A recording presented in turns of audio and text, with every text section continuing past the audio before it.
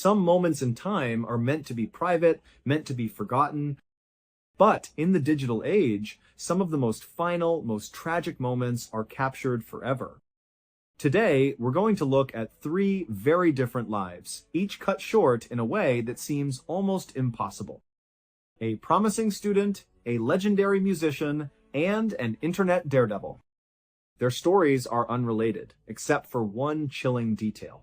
Their final moments were recorded, leaving behind a haunting video record of how it all ended. We begin in Central California in June of 2018. 18-year-old Tyler Turner was on top of the world. He had just graduated from high school as a straight-A student, a kid with a mind as bright as his future. He'd earned a full scholarship to the University of California, Merced, where he planned to dive into the world of biochemical engineering. But this wasn't just an academic interest for Tyler. He was born with cerebral palsy, a condition that affects movement and muscle tone. And instead of letting it define him or limit him, he wanted to use his experience to help others. His dream was to one day contribute to finding better treatments, maybe even a cure. He was that kind of person, always thinking about how he could make things better for someone else. In August of that year, just a few weeks before he was set to begin his new life at university, one of Tyler's friends came up with a celebratory idea: skydiving. It was for the friend's birthday, a way to mark a milestone with a huge adrenaline rush. Tyler was understandably nervous. He'd never done anything like it before.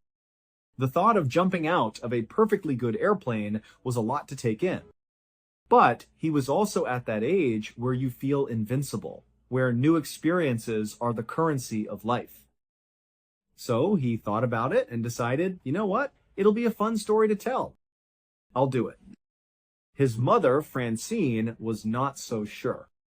She and Tyler were incredibly close, a tight-knit pair. The idea of her son, who she had watched overcome so much, willingly jumping from 13,000 feet in the air, filled her with a deep sense of dread.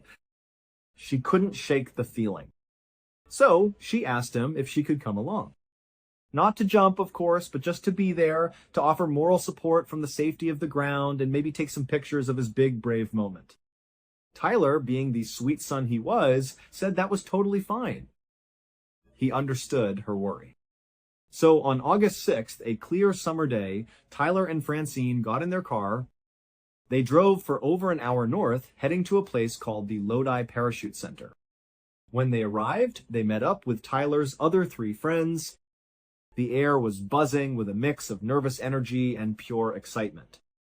They all went inside the main building, which was plastered with photos of smiling people soaring through the sky. Tyler walked up to the counter, pulled out his wallet, and paid $100 for a single tandem jump. A tandem jump is the standard for first-timers. You're not going up there alone. You're harnessed directly to a professional instructor. The instructor wears the backpack with the main parachute and the backup reserve chute. The student is strapped to the instructor's chest at 4 secure points. The beauty of it for someone like Tyler was that he didn't have to worry about a thing once they were airborne. The instructor was in complete control of the freefall, deploying the parachute, steering the canopy, and handling the landing. All Tyler had to do was enjoy the ride. After he paid, a man approached them.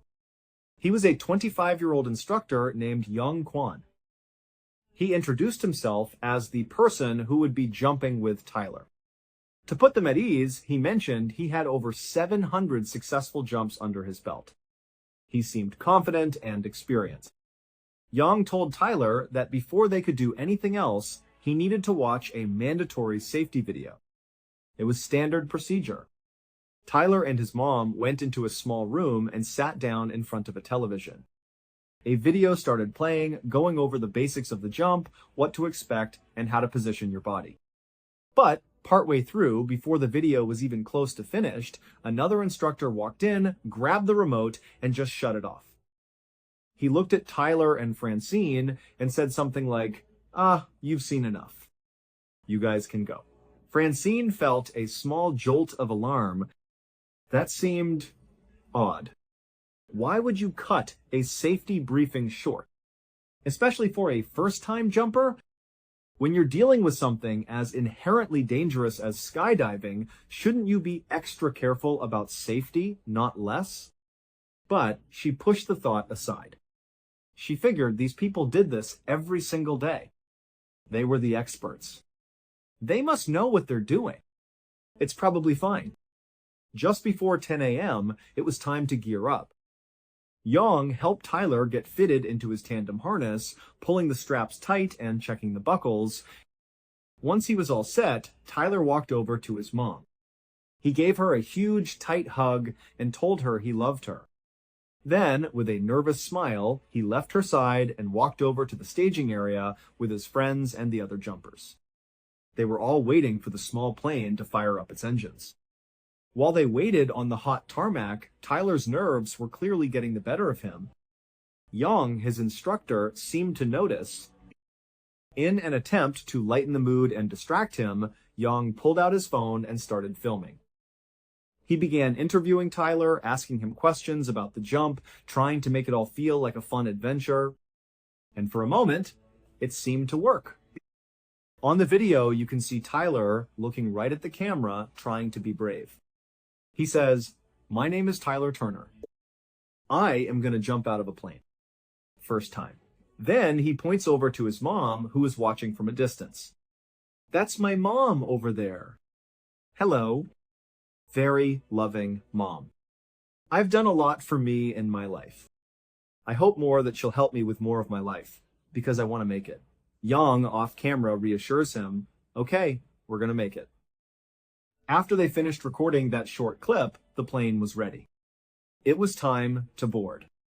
As Tyler and Yang walked towards the aircraft, Tyler did something that Francine would remember forever. He stopped right there on the tarmac, took a knee, and said a quiet prayer. Then he stood up, turned back to his mother one last time, gave her a final wave, and climbed into the plane. A few minutes later, the plane took off, ascending into the bright blue California sky. Francine watched it climb higher and higher, a tiny speck getting smaller and smaller until it was at 13,000 feet, circling above the drop zone. She strained her eyes, looking up, waiting. Soon, she saw them. Tiny figures began to pop out of the plane, one by one, plummeting towards the earth. They were so high up, it was impossible to tell who was who. As they fell, colorful parachutes started to blossom in the sky, dotting the blue canvas. Francine desperately tried to remember what color parachute Tyler was supposed to have, but in the blur of excitement and anxiety, the detail had escaped her. She asked some of the other family and friends standing around if they knew, but nobody did. The jumpers got lower and lower, and soon she could start to make out individual people, their legs dangling as they floated down for a soft landing. She scanned each and every one of them, her heart pounding. His friends were landing, one by one. But she didn't see Tyler. She kept scanning the sky, her hope turning into a cold, sickening dread. Where was he? Why wasn't his parachute up there with the others? The terrible truth was, her son's parachute never opened. In the air, something had gone catastrophically wrong. The main parachute failed to deploy correctly. This is a terrifying situation, but it's one that every certified instructor is rigorously trained to handle. There are emergency procedures. There is a reserve parachute, but for some reason, Yang was not able to fix the malfunction. He couldn't cut away the faulty main chute, and he couldn't fire the reserve. They just kept falling. They crashed into a field, and both Tyler and his instructor were killed instantly. In the devastating aftermath, as Tyler's family tried to process the unthinkable, an investigation began. And what they uncovered was not just a tragic accident, but a story of gross criminal negligence.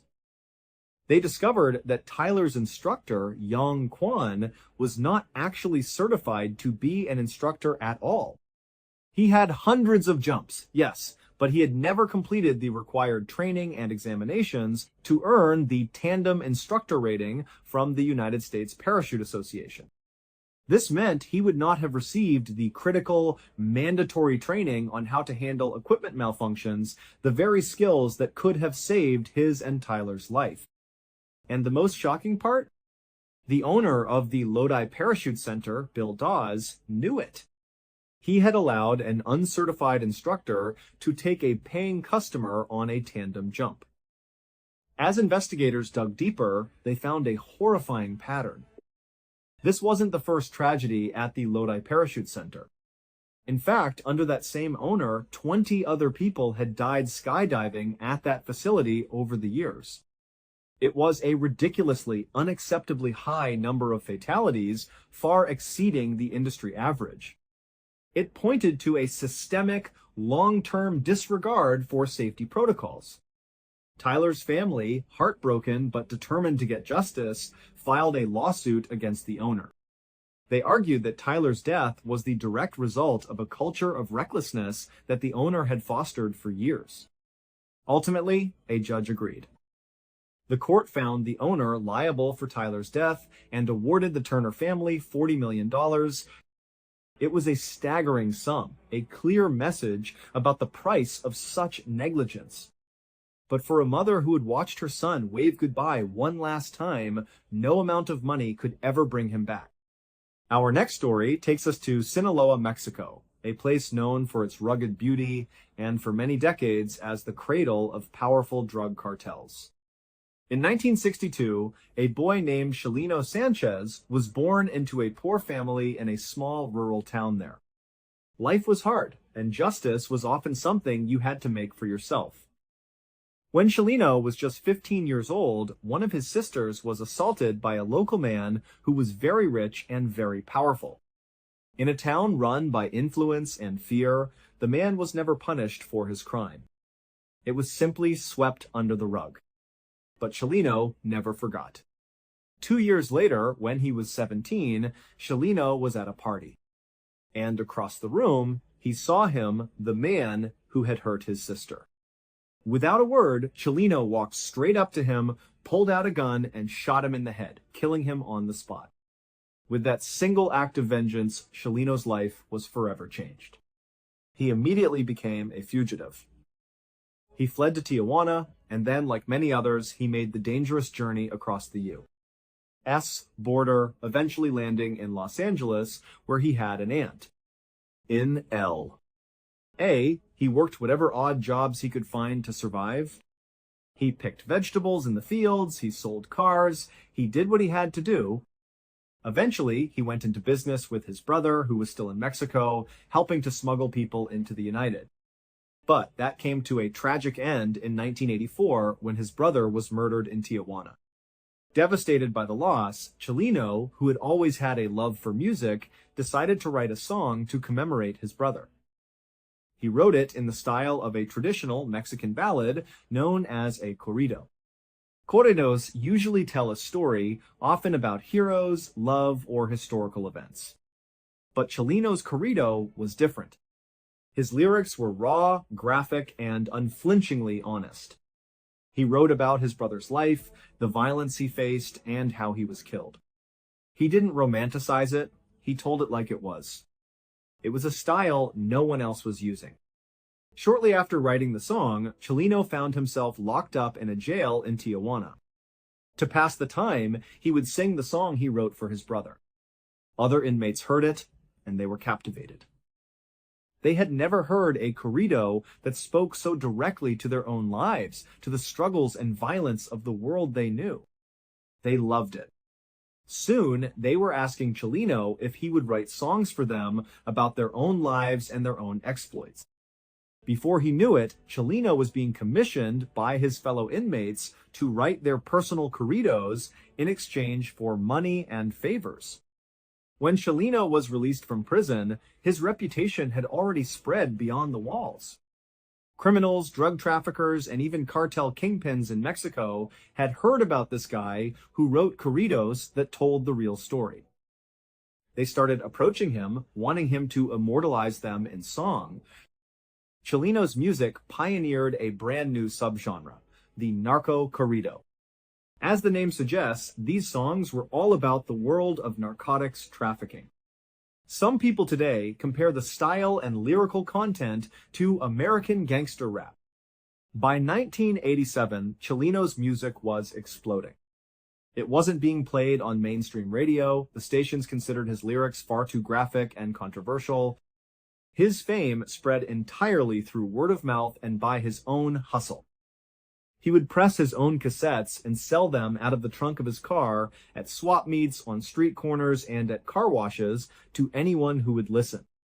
By 1991, he was famous enough to go on tour, and everywhere he played, the venues were completely sold out. But his audience was a reflection of his music. The crowds were often filled with rough, dangerous people, men who were living the life Chilino sang about. The danger wasn't just in his lyrics, it followed him on stage. In 1992, while performing at a club in Coachella, California, a man from the audience suddenly rushed the stage.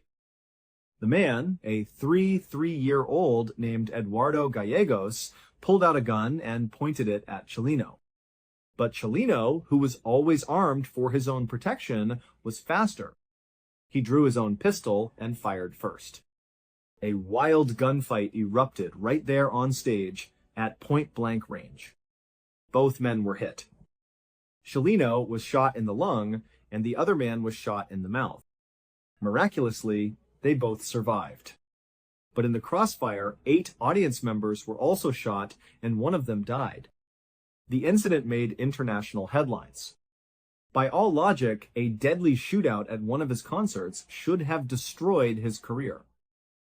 Instead, it had the opposite effect. It made him a living legend 10 times more famous than before. He was the face of narco-corrido music, a genre that romanticized the outlaw lifestyle. By standing his ground and shooting first, he had proven that he wasn't just singing about it, he was living it. It validated him in the eyes of his fans. He was a warrior, the real deal. But Chilino was no fool. He understood the world he operated in. He knew that being the face of narco culture meant he had powerful enemies. He reportedly told his close friends that he believed his days were numbered, that it was only a matter of time before someone came to kill him. 4 months after the shootout, in May 1992, Chilino was back in his home state of Sinaloa. He was scheduled to perform at a concert in Culiacan. His friends had begged him not to do it. Sinaloa was the heart of cartel country, and he had made too many enemies there over the years. It was too dangerous. But Chilino insisted. He got to the venue, the Salon Bugambilias, and got on stage. His band was setting up, and thousands of fans were pouring in. Just before the show started, someone from the crowd pushed their way forward and handed him a note. There is a famous video of this moment. Chilino takes the note, smiling and waving at the crowd. He looks down to read it. And as he does, his entire expression changes. The smile vanishes. He looks stressed, disturbed. He wipes his brow with his free hand, his face a mask of concern. He frowns, and then he looks up, scanning the crowd as if he's searching for someone. Then, his face goes completely blank. He just stares out, looking past the audience, lost in thought for what feels like an eternity. Then, just as suddenly, he snaps out of it. He crumples the note, picks up his microphone, and proceeds to sing his heart out, delivering what many who were there called one of the best performances of his entire career. After the show, Chilino did something unusual. He took his time leaving, making a special effort to say goodbye to every member of his band, to friends, and even to some fans in the crowd. It was a long, drawn-out farewell. Finally, he walked out the back door with his brothers and a few cousins. A group of men in police uniforms intercepted them, flashing badges and telling Chilino that their commandant wanted to see him. Chilino told his family it was okay and went with the men. It was the last time anyone saw him alive. The next morning, his body was found by a canal. He had been blindfolded, his wrists were bound, and he had been shot twice in the back of the head, execution style. It turned out that the note he received on stage was a death threat. We still don't know who sent it, but it likely said something to the effect of, "After the performance, you're dead." He knew, standing on that stage, that it was a credible threat. But instead of running or panicking, he made a choice. He chose to face his destiny and give his fans one last, unforgettable show. He walked out that back door knowing exactly what was waiting for him. Our final story is about a different kind of fame and a different kind of danger. In 2017, the internet was already saturated with shocking content. But even then, the videos of a 6-year-old from China named Wu Yongning were truly insane. Wu was a climbing enthusiast who became known as China's first rooftopper. A rooftopper is someone who illegally and without safety gear climbs to the top of skyscrapers, cranes, smokestacks, or any other terrifyingly high structure. They do it for the thrill, but mostly they do it for the camera. The goal is to capture jaw-dropping footage, post it online, and hope it goes viral, bringing fame and money. The competition for the internet's attention is fierce. To stand out, rooftoppers have to constantly push the envelope to do something more daring and more dangerous than anyone else. And Wu Yongning did just that. His videos were a cocktail of incredible skill and what looked like a total disregard for his own life. The internet rewarded him for it. He amassed millions of followers and, according to reports, earned hundreds of thousands of dollars. Most rooftoppers would climb to the top of a building and take a selfie, posing near the edge. Wu did that too, but he also had a few signature moves that set him apart. The first was his pull-ups. He would find a ledge on the very edge of a skyscraper, lower himself over the side so that only his hands were gripping the top, and then he would do pull-ups. But he wouldn't just do a few. He would keep going until he reached complete muscle failure, until his arms were screaming and shaking, and he could barely manage to haul himself back up to safety. Another of his trademarks was the one-armed handstand. He would go to the very precipice of a roof, get into a handstand, and then slowly lift one arm off the ground, balancing his entire body weight on one hand, inches from a fatal fall. Then he would tilt his body as far as he could over the abyss before pulling himself back. But perhaps the most difficult to watch were his stunts with momentum. He would use a self-balancing scooter, a hoverboard, and ride it at full speed straight towards the edge of a roof, stopping just an inch short of going over. Or he would line himself up perfectly and do a series of aggressive forward somersaults, ending with his legs dangling off the side of the building. And he did all of this, every single stunt, without any ropes, harnesses, or safety equipment of any kind. Most of the time, he was completely alone. By late 2017, Wu had posted over 500 videos and live clips.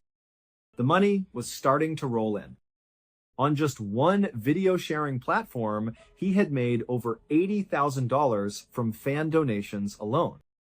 This was becoming a viable, if incredibly dangerous, career. But Wu was smart enough to know how the internet works. To stay on top, to keep the money and the fame coming, he had to continuously outperform himself. Each new stunt had to be crazier than the last. And he was already performing at the absolute limit of what was humanly possible. In early November of that year, Wu heard about an online competition. The prize was $15,000. The details are a bit hazy, but it was essentially a contest for the most viral video. Wu saw this as his big chance. He figured if he could pull off his most ambitious stunt yet and capture it on film, he would be a shoo-in to win. With that prize money, he told his family, he could finally pay for his wedding to his girlfriend and cover his mother's mounting medical bills. This wasn't just about fame anymore, it was about securing a future for the people he loved. So on November 8th, Wu traveled to the city of Changsha to a skyscraper called the Huayuan International Center. At 62 stories, it would be the tallest building he had ever attempted a stunt on. The public observation deck only went up to the 44th floor. To get to the roof, Wu had to take an elevator up, find a window, and then free climb the exterior of the building for nearly 20 additional floors. Just getting to his starting point was a death-defying feat. Once he made it to the rooftop, he set up his camera on a tripod to record the stunt. He also started a live stream. Viewers who tuned in saw Wu carefully preparing. He sat on the edge of the skyscraper and meticulously wiped down the small ledge he was about to trust with his life. This was where he would perform his signature pull-ups. After several minutes of cleaning, he was ready. He began to lower himself over the side, but he kept his arms bent, his elbows anchored on the top, testing his grip. He seemed to feel that something wasn't right. The grip wasn't secure enough for him to go to a full, hanging extension. So he pulled himself back up and went back to wiping the ledge. Watching the footage, Wu seems unusually nervous. In most of his other videos, he's calm, almost serene. But this time, something felt different. After wiping the ledge again, he got himself into position. He lowered himself down, let his legs drop over the edge of the 6'2" building, and then went to a full extension, his entire body hanging in the air. From there, he managed to do 2 complete pull-ups. But after the second one, as he tried to pull his body back up onto the roof, he started to struggle. He was fatigued. The 20-story climb to get there had clearly taken its toll. He couldn't get himself up and over the edge. He tried to use his feet to find a foothold on the smooth glass of the building's facade, but he couldn't get any purchase. For the next 15 seconds, which feel like an eternity on the video, Wu desperately fought for his life. He tried to muscle himself up, but his strength was gone. There was nobody there to help him. After a few more frantic attempts, he slumped back down to a full extension, his energy completely spent. He looked down, as if sizing up the impossible fall. And then the camera's microphone picks up a faint, almost imperceptible whimpering sound. A moment later, his grip failed. He fell from the side of the building, plummeting 62 stories to his death. His camera, still recording, captured the empty space where he had been just seconds before. 3 stories. 3 lives. 3 moments that can never be taken back. If any part of today's episode stuck with you, I'd like to hear it in the comments. Until next time. In the latter part of the 15th century, England displayed a growing sense of aspiration as it gazed over the wide Atlantic Ocean. Portugal and Spain had already made significant progress in colonizing the New World, and England felt that it was falling further and further behind. The expansion of their empire, the discovery of new resources, and the establishment of trade routes were all goals that they desired to achieve by gaining a presence in the Americas. The call went out for guys who were courageous and ambitious to take the initiative and lead the charge. Sir Walter Raleigh was one of the individuals who responded to him. He was more than just an explorer, he was also a writer, a soldier, and a courtier during the Elizabethan age. He was a great figure. In essence, he was granted a permit that provided him with a deadline, and he was successful in obtaining a charter from Queen Elizabeth I herself. It was stated that he had until the year 1591 to successfully establish a colony in the Americas. The right to colonize would be taken away from him if he was unsuccessful by that time. As a result, the clock was beginning to tick. Sir Walter Raleigh wasted little time in initiating the process of collection of finances and the formation of a group. The first thing he did was plan his initial move, which included looking at maps and consulting with sailors. Initially, this was not supposed to be a full-scale invasion of the territory. He came to the conclusion that the next best move would be to dispatch a small reconnaissance mission first. A scouting expedition was sent out to investigate the situation, choose a suitable location, and learn about the competition they faced. In 1584, he was prepared to go. From England, 2 tiny ships set sail in the direction of the undiscovered coastline of the region that is now commonly known as North Carolina. They arrived on land in the region that is commonly referred to as the Outer Banks, which is a chain of barrier islands. As they entered this unfamiliar territory, the men on board were wary since they did not know what to anticipate. However, what they discovered had beyond all of their expectations. They rapidly came into contact with the Native American tribes that lived in the area, and rather than being treated with animosity, they were greeted with interest and friendship. The natives of the area extended a warm welcome to the Englishmen and even extended an invitation to visit their primary settlement. A nearby island known as Roanoke was the location of this village, which was situated on the island. For the English scouts, this was the ideal beginning to their journey. They were brought to Roanoke Island, where they were able to coexist peacefully with the indigenous people who lived there already. Not only did they study from them, but they also traded with them. The indigenous instructed the English on how to fish and hunt in this new habitat, as well as how to locate food and how to survive this new environment. A wonderful interchange of cultural experiences and information took place. Excitement was felt by the Englishmen. This location, Roanoke, appeared to be perfect. It was a protected location, the locals were warm and welcoming, and the land was rich in fertility. Following the completion of this fruitful scouting operation, the company set sail for England after a period of 1 month. They were abuzz with the news of excellent things. Immediately, they hurried to Sir Walter Raleigh and informed him of everything that had happened.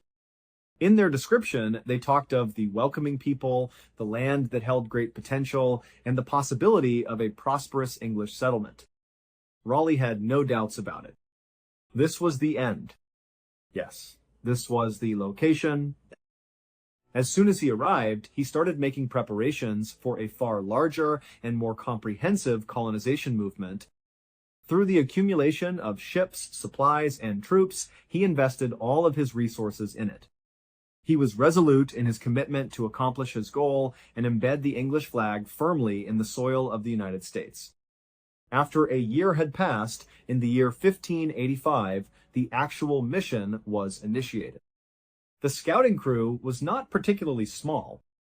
7 ships, each carrying 600 soldiers, were dispatched by Sir Walter Raleigh as part of his fleet. In addition to being explorers, these individuals were both soldiers and settlers. In addition to that, they contained sufficient supplies to last this entire group for an entire year. The establishment of a permanent English presence was a significant endeavor that required a significant amount of work. The trip across the Atlantic was lengthy but unremarkable in spite of its length. At first glance, it appeared like everything was proceeding exactly as planned. While they were getting closer to the coast of North Carolina, the atmosphere was upbeat and positive. In a moment, they were going to make history. After that, however, calamity struck.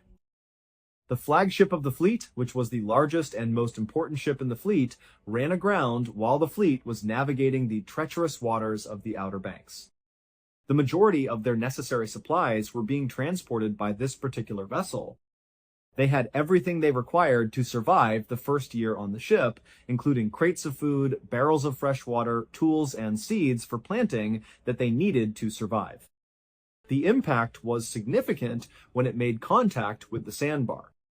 As a result of the hole in the hull, the cargo hold was flooded with seawater. A significant percentage of their food supply was rendered unusable as a result of the salt water, and it was destroyed beyond repair. Before they had even set foot in their new house, they were dealt a blow that was equally heartbreaking. It was necessary for the leaders of the expedition to make a difficult decision. They were immediately aware of the fact that they were unable to provide for all 600 men with the resources that they still had available. Simply put, there was not enough food to go around anymore. In light of this, a challenging choice was taken. As a result, 500 of the men would be required to go back. Through the use of the surviving ships, they would make their way back to England, leaving behind a skeleton crew consisting of only 100 men to build the colony. This was a significant setback, but they remained resolute in their commitment to move forward. Following this, the 100 men who had been selected to remain were transported to Roanoke Island via ferry. They brought along with them the little goods that they had been able to save.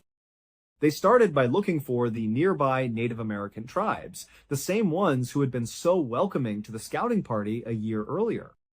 This was the first thing that they did. It is a blessing that those positive relationships remained.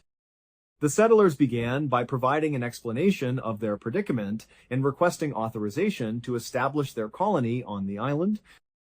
After receiving approval from the chief of the community, the 100 Englishmen started the laborious process of constructing their new dwellings. They constructed a fort and a few modest homes, and for a period of time, everything appeared to be going according to plan. In addition to assisting the immigrants in adjusting to their new world, the indigenous tribes were extremely helpful in sharing their food. In spite of this, the Englishmen were aware that their situation was uncertain. The resources that they had were not even close to being sufficient to last them through the upcoming winter. The 500 soldiers who had returned to England had made a commitment to send a resupply ship which was anticipated to arrive before the onset of winter. Every one of the 100 settlers was counting on it. After each passing day, they kept their eyes fixed on the horizon, anticipating the sight of English sails. However, as the days turned into weeks and the temperature continued to drop, their supplies were decreasing to the point that they were practically gone. Just for the purpose of sustenance, they became wholly reliant on the generosity of the indigenous communities. Something that they were unaware of was the fact that the resupply mission had been called off. Upon her return to England, Queen Elizabeth made the decision that the ongoing war effort at home required the utilization of every ship that was available. Quite simply, the small colony that was located in Roanoke was not a priority. Therefore, there would be no assistance arriving. The connection between the settlers and the Native Americans began to show signs of strain as the whites' desperation increased. In addition to the fact that the persistent demand for food was turning into a hardship, the initial goodwill began to evaporate. There was an increase in tension. Both the English governor and the tribal chief, who were in charge of the two groups, began to develop a sense of mistrust toward one another. In response to the mounting tension, the indigenous people made the decision to pursue a peaceful resolution. It would be as simple as leaving. They had the intention of putting Roanoke Island and all of its riches totally in the hands of the English immigrants, and they planned to leave the island and travel to the mainland. They had high hopes that this would resolve the issue and prevent any potential conflict. However, the English colonists had a totally different perspective on this shift. They had developed paranoia as a result of their helplessness. The retreat was not intended to be a peace offering in their eyes. Rather than that, they grew to believe that the indigenous people were heading to the mainland in order to assemble warriors from various tribes, to build a big war party, and then to return in order to eradicate the 100 Englishmen for good. It is not possible to establish that this was the Indians' intention. However, the English colonists, who were terrified, came to the conclusion that they had to take the initiative first. As a result of their paranoia, they decided to carry out a preemptive strike. They traveled across the ocean to the mainland and launched an assault on the very village that was home to the people who had been keeping them alive for several months. The unexpected assault was both severe and instantaneous. A tribe that had been their ally in the past was completely eradicated by them. The time had come for the settlers to return to Roanoke Island, but their predicament had become much more dire. In addition to the fact that they were without supplies and had no idea how to survive the winter on their own, they had also created a hostile environment for the people who lived in the surrounding area. They were shut off from the rest of the world and afraid. During this time period, a fleet of English ships led by the renowned Sir Francis Drake was making its way back to England from the Caribbean.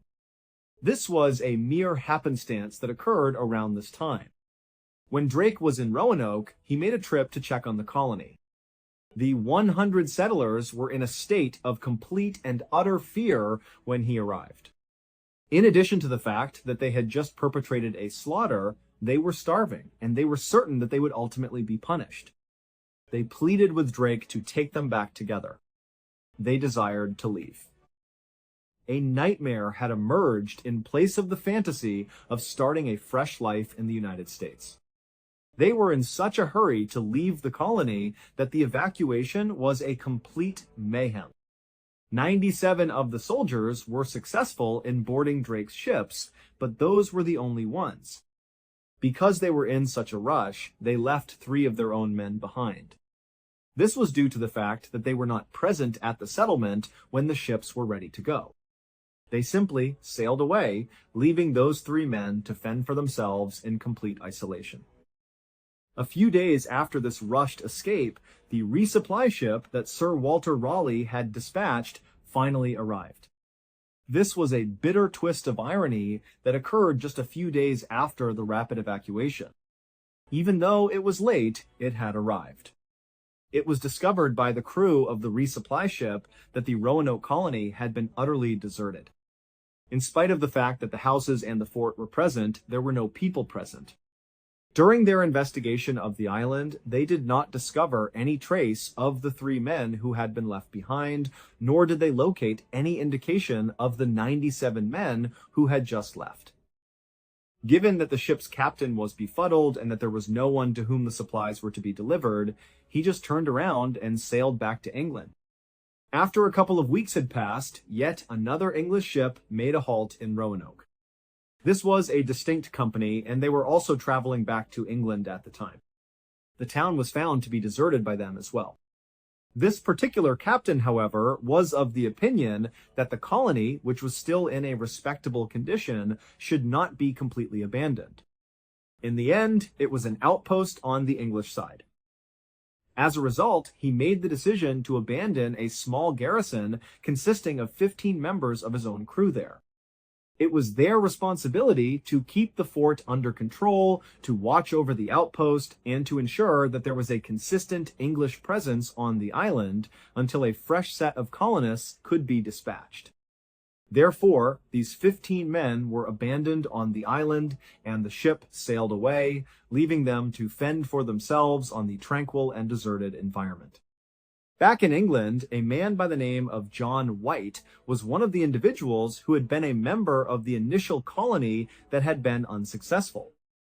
Despite the fact that his initial attempt at conquering America was a failure, he continued to be enthusiastic about the concept of doing so. He was both an artist and a mapmaker. He was still holding out hope for the dream. He succeeded in persuading Sir Walter Raleigh to provide financial support for one more trip. However, they would approach things in a new manner this time.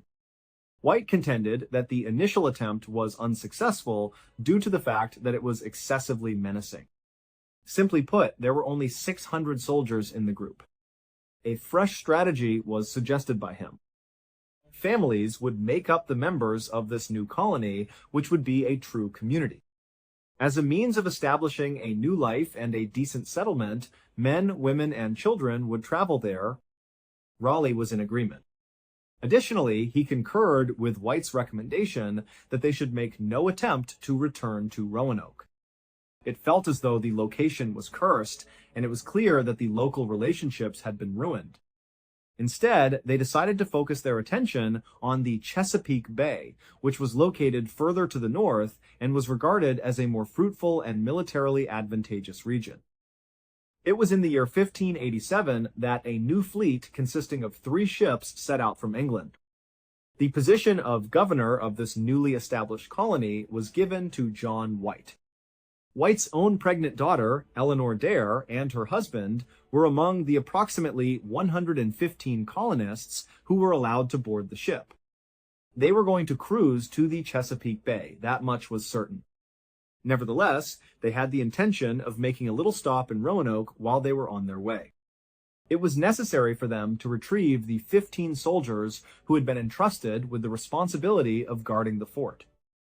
They would provide them with new supplies and then transport them to the new colony that was established in the Chesapeake region. On the other hand, a really peculiar occurrence had place during the trip.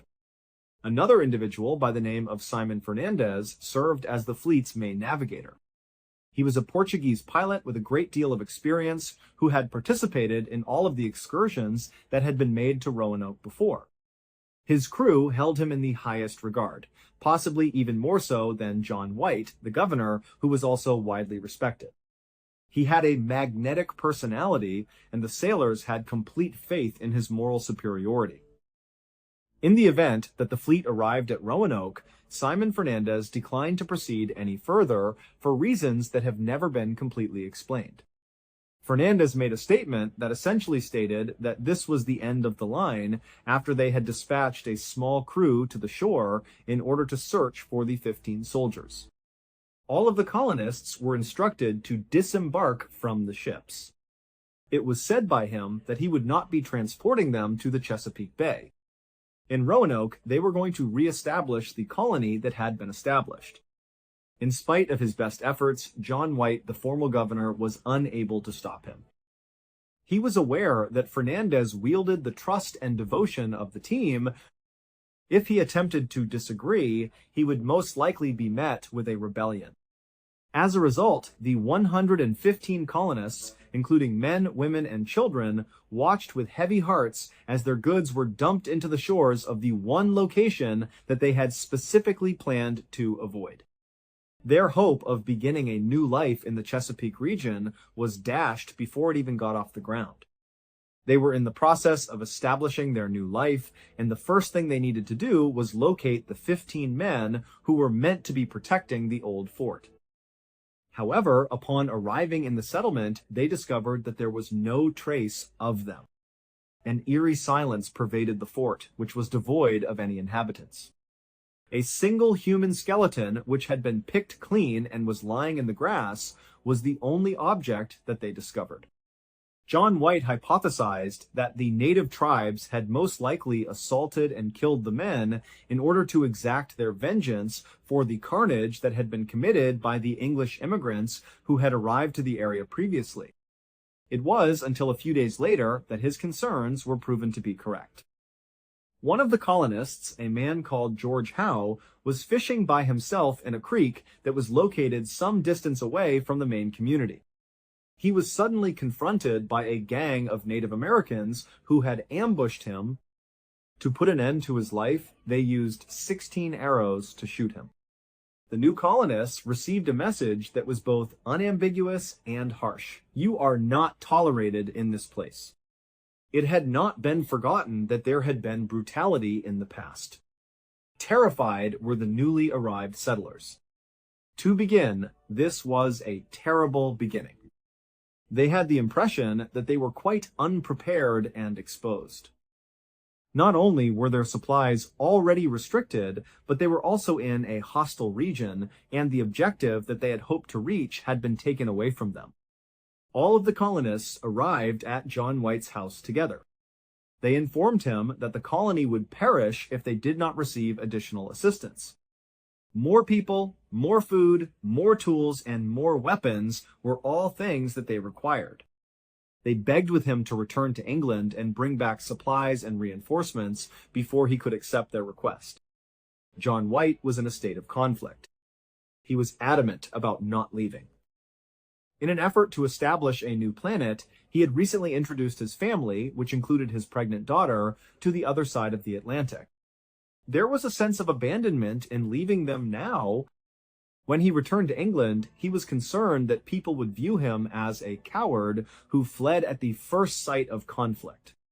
He was afraid that this would be the case. The colonists, however, were adamant.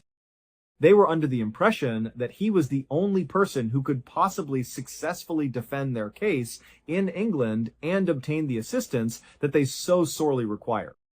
Later on, he gave his consent.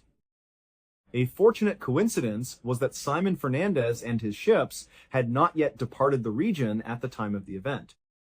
They had established themselves in the Outer Banks and were getting ready to embark on their voyage back.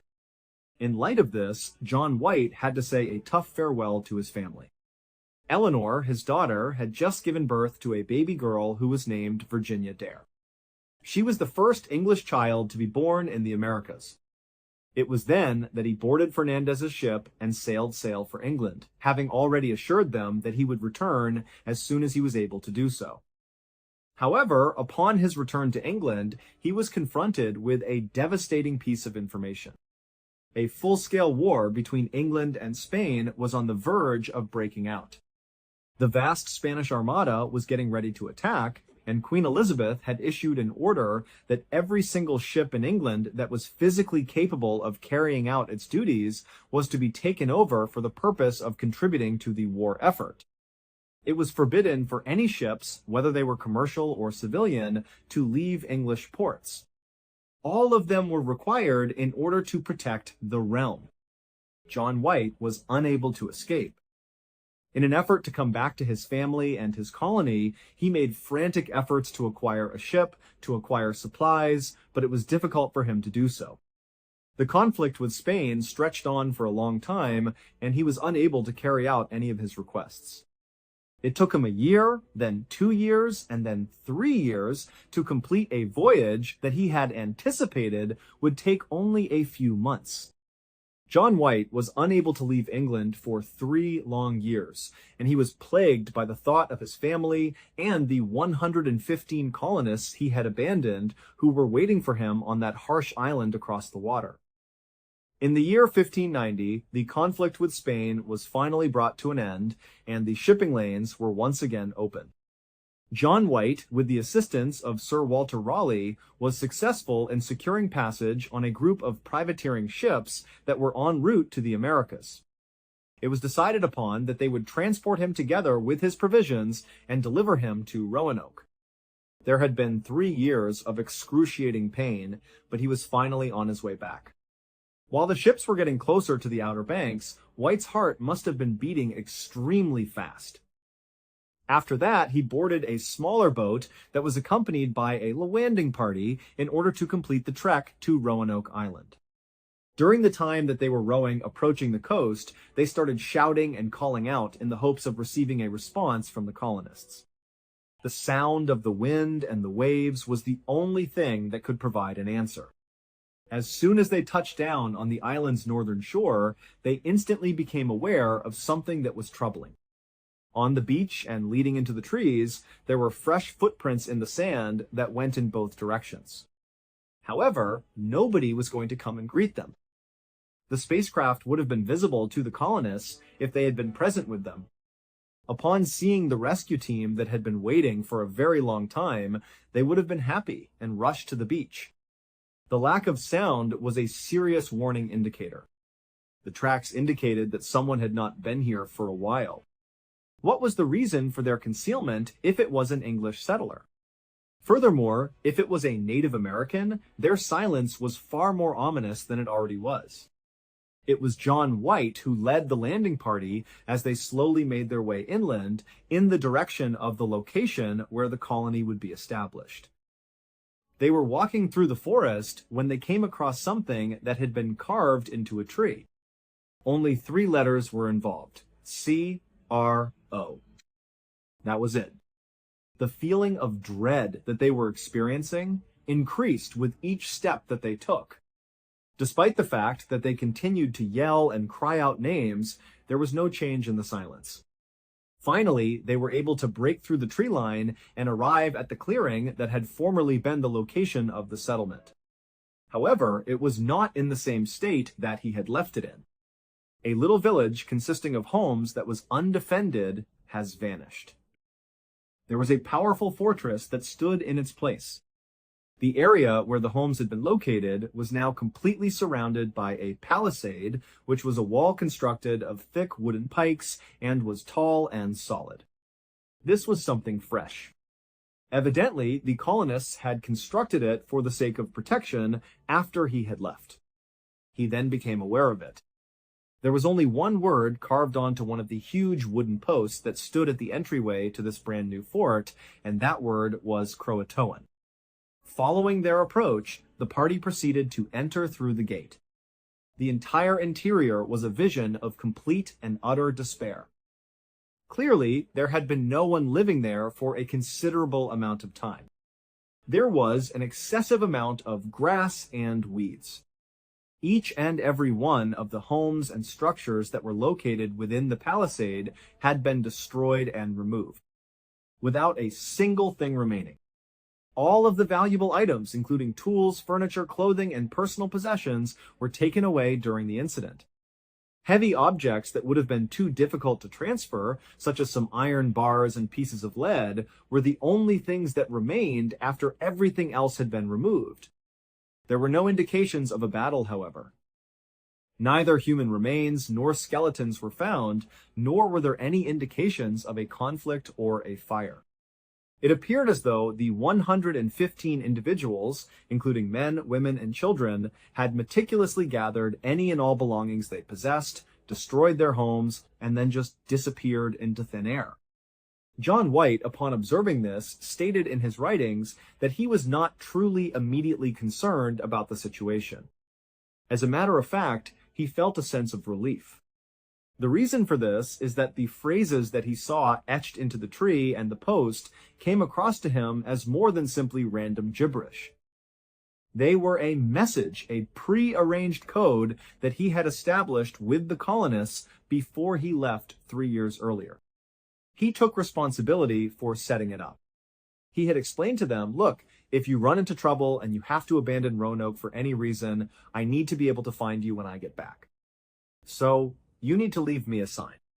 Carve the name of your destination into a tree or a post.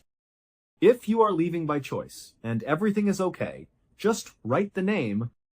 But if you are being forced to leave, if you're in distress, I want you to carve the destination name and then add a Maltese cross above it.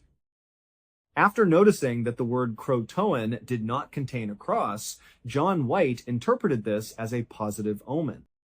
It indicated that the colonists had voluntarily parted ways and were now safe. The name Croatoan was given to an island that was located around 50 miles to the south of Roanoke. There was also a group of Native Americans known as the Croatoan tribe, which was commanded by a chief named Monteo. Monteo was known to be a loyal friend and ally of the English. This tribe called this place home. According to White, the mystery appeared to be solved. Rather than fleeing to a more secure location, his people had simply relocated to Croatoan Island, where they were welcomed by the locals. However, there was one fact that stood out to him in his own notes that was a little bit peculiar. He claimed that the colonists had been discussing the possibility of migrating before to his departure in the year 1587. But they did not intend to travel 50 miles south to another island as part of their strategy. Their intention was to relocate to the mainland, which was located 50 miles to the north. In their opinion, an island was too secluded and defenseless to protect. Why, therefore, would they decide to change their minds and travel to another island that is even more remote? In spite of the fact that it did not entirely make sense, it was the only lead he had at the moment. The soldiers that John White had gathered together made a hasty retreat back to the ship. He couldn't wait to get back to his daughter and granddaughter on Croatoan Island, where he would be able to reconnect with them. Upon boarding the main ship, they raised the sails and started heading in the direction of the south. But just as they were deciding what path to choose, fate once again stepped in and changed everything. When they were attempting to weigh anchor, a violent storm began to sweep in, and at the same time, the enormous anchor line broke. At this point, the ship was completely dependent on the wind and the waves, which were driving them in the direction of the north, away from Croatoan. As the storm continued to worsen, the captain of the ship eventually informed White that it was impossible for them to successfully complete the mission. Due to the hazardous nature of the weather, they were unable to take the risk of traveling south to reach the island. They were required to go back to England. John White must have been in utter disbelief. He had come so close, but a storm and a damaged rope had prevented him from reaching his destination. He was never given the opportunity to travel to Croatoan. Indeed, he would never go back to the United States of America again.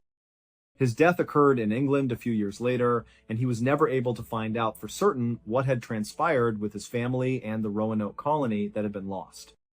The story was considered to have come to an end there for centuries.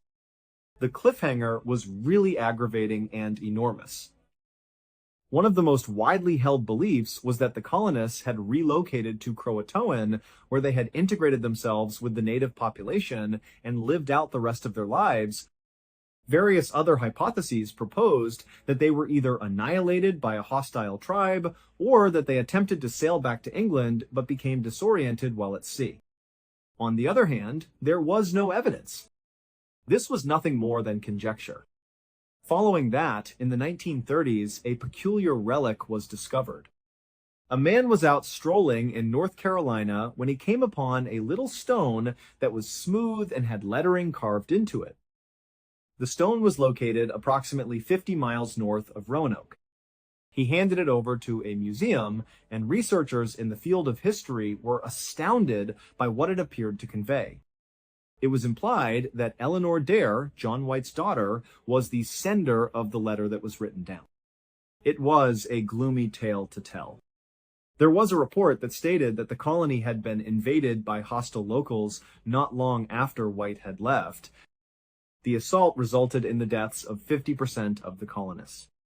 The people who managed to escape, including Eleanor, were seized hold of.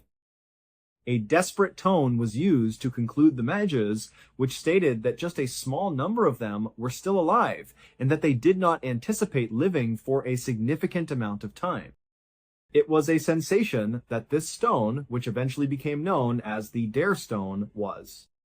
As a result, a lot of individuals were doubtful. An important question to ask is why it was discovered 50 miles north of Roanoke.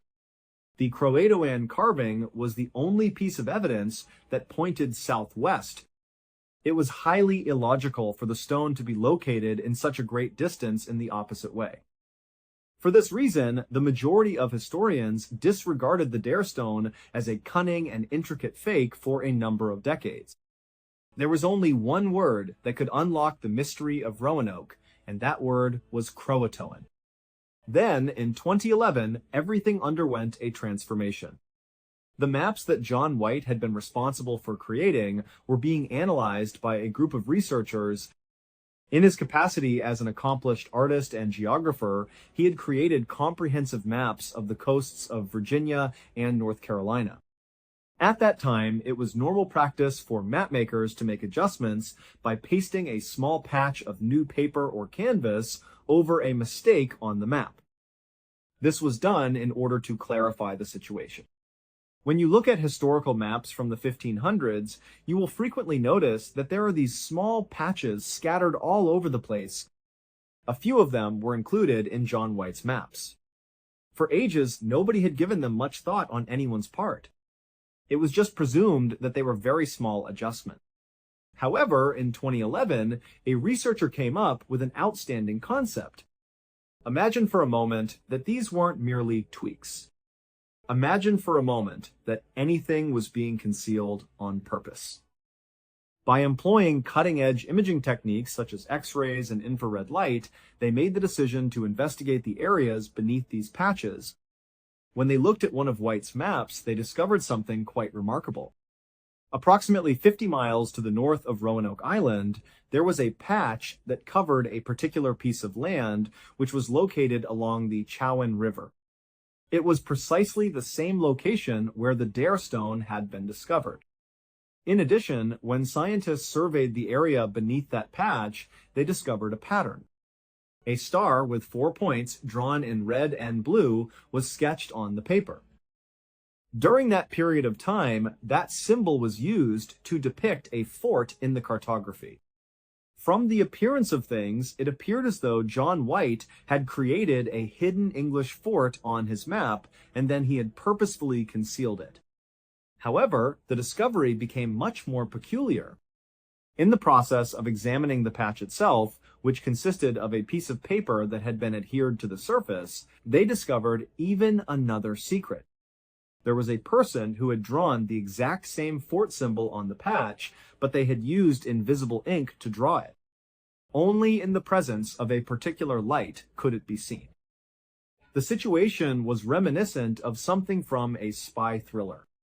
It offered the possibility of a double blind, a secret that was concealed beneath another secret.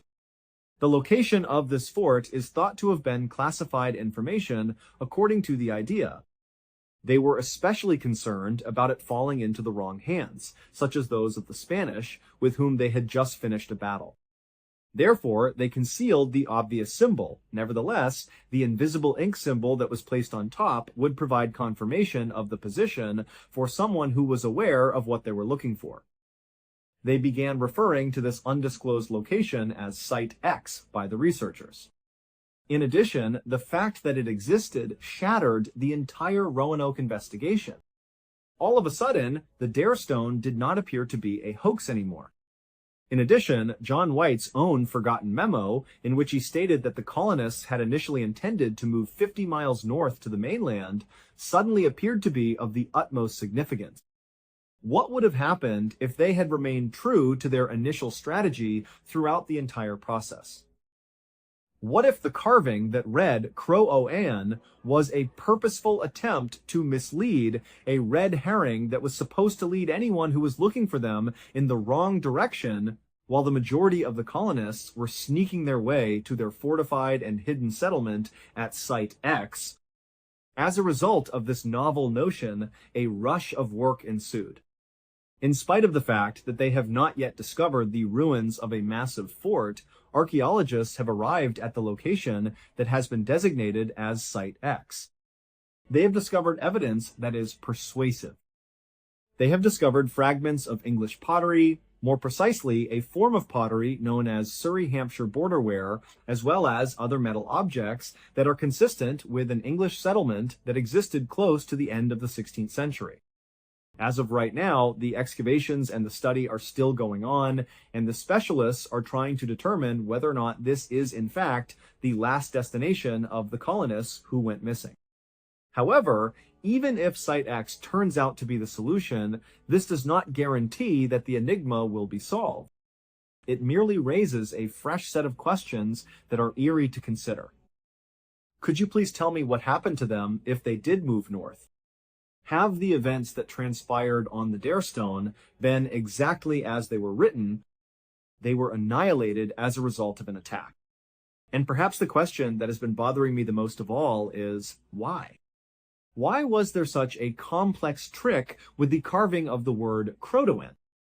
And how is it possible that with all the curiosity and all the seeking that has taken place over the course of more than 400 years, not a single definitive trace, not even a single bone from any of the 115 colonists has ever been recovered and positively identified?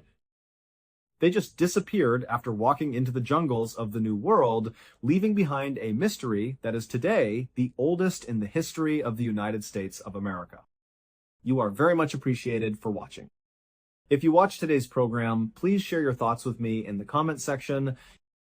You should also keep in mind that we have a whole playlist of episodes of true crime ready for you to watch in one sitting right now. Up until the next time, what's up? One cold morning in early 2014, sheriff's deputies drove deep into the forests of rural Oregon to search a remote 20-acre farm connected to the disappearance of a local man named Robert Haney. The property was hidden at the end of a long dirt road surrounded by dense trees, so isolated that most people in town rarely ever went near it. Robert had last been seen living and working there before suddenly vanishing without a trace. At first, the search moved slowly and quietly. Deputies spread out across the property, checking the animal pens, the barn, and the muddy paths cutting through the woods. But near the barn, one deputy suddenly stopped after spotting something strange lying in the grass.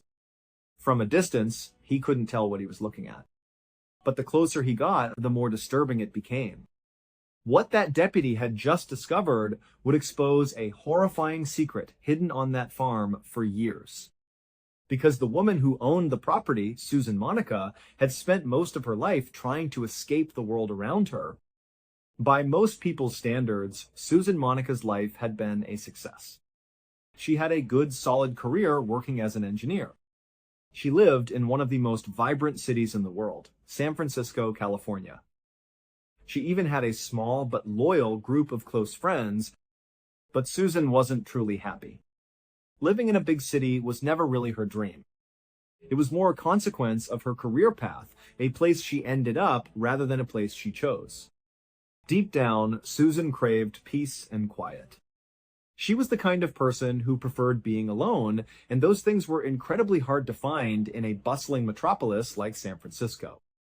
Many evenings, she would return to her apartment after a long day at work, and she'd just sit there, dreaming.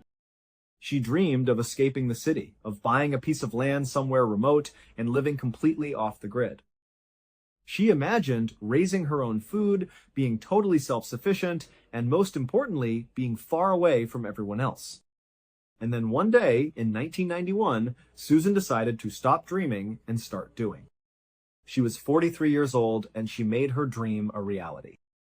That year, she found and purchased a 20-acre property tucked away in a forest near a small town in Oregon called Weimar.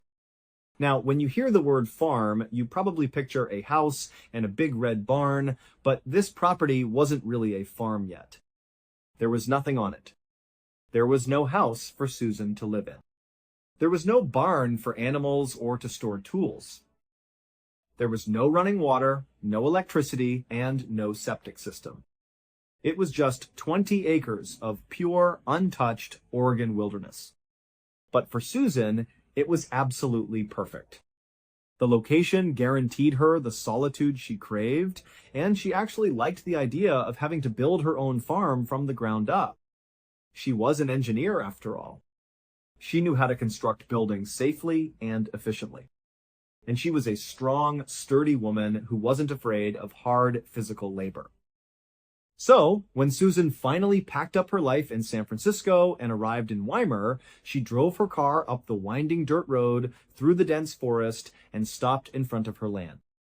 As she looked out at the vast, rugged landscape, she felt a rush of excitement. Even though it was just empty land, it already felt like home. Over the next several months, Susan put her skills to work. She poured her energy into transforming that empty patch of wilderness. She designed and built a large barn. She constructed a small, simple shack for herself to live in. She put up fences and built a few animal pens for the livestock she planned to raise. Slowly but surely, her vision was coming to life. But after the main structures were built, Susan came to a tough realization. Building the farm was one thing, but maintaining it was a whole different challenge. The day-to-day work was relentless. Every single day, she had to get up and do all the chores, feed the animals, and work on the countless other projects she had planned. It was physically exhausting, and she was doing it all by herself. So, not long after her farm was up and running, Susan had to accept that as much as she wanted to be totally alone out there, she couldn't do it. She had to set aside her preference for solitude and hire some help. Susan started by creating simple, handwritten, help-wanted flyers. She drove into Weimar and posted them all over town on bulletin boards and in shop windows. Before long, people started making the journey up the long dirt road to her property to ask about the job. Most of the people who applied were folks who had a hard time finding steady work elsewhere. Some of them lived a transient lifestyle, moving from place to place, which made it hard for employers to hire them for long-term positions. Others had criminal records that made it almost impossible to get a job through normal channels. But Susan didn't really care about any of that. Her requirements were simple. She just wanted people who would work hard, show up on time, and respect the peaceful, quiet atmosphere she was trying to create on her farm. The basic understanding was, you do your work and you leave me alone. Over the next 2 decades, Susan found dozens, if not hundreds of people who fit that description perfectly. Most of her workers only stayed for a short time, maybe a few weeks or a couple of months, before moving on to whatever was next for them. A few stuck around for a bit longer, but eventually all of Susan's workers rotated out pretty quickly. And whenever someone left, Susan would just go back into town, put up some more help wanted flyers, and the cycle would begin again. In all the 20 years she had been hiring these temporary workers, once they left her farm, Susan never heard from them again. They just disappeared back into the world. But that was about to change. On the 1st of January 2014, Susan, who was now 66 years old, was outside her shack, probably getting ready to start her morning chores. She happened to look up and saw a car coming up her long private road.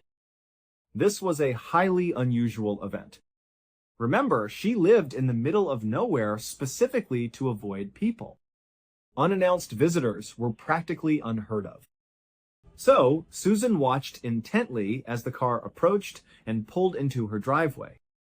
3 young people got out. It was 2 young men and 1 young woman.